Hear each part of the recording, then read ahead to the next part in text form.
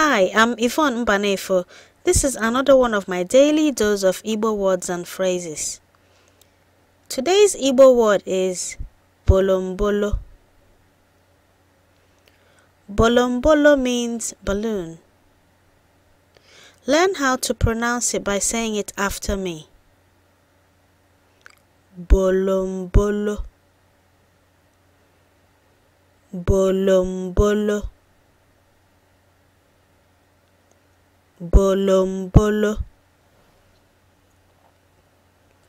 You can only learn how to say it by trying. Now, let's look at some examples of sentences using bolombolo. Achọrọ m otu bolombolo nke Winnie the Pooh.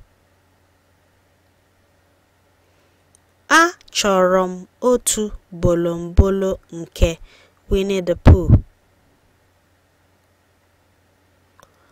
Achọrọ m otu bolombolo nke Winnie the Pooh.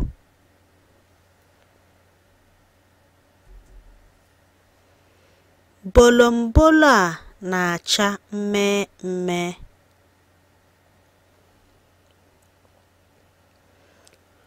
Bolombolo a na-acha mmemme.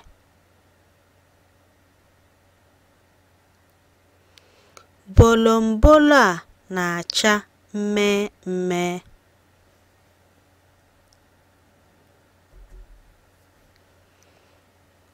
Onye ga-afụ bolombolo a niile?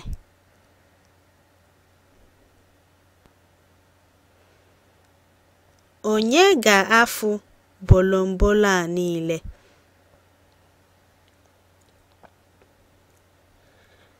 Onye ga-afụ bolombolo a niile?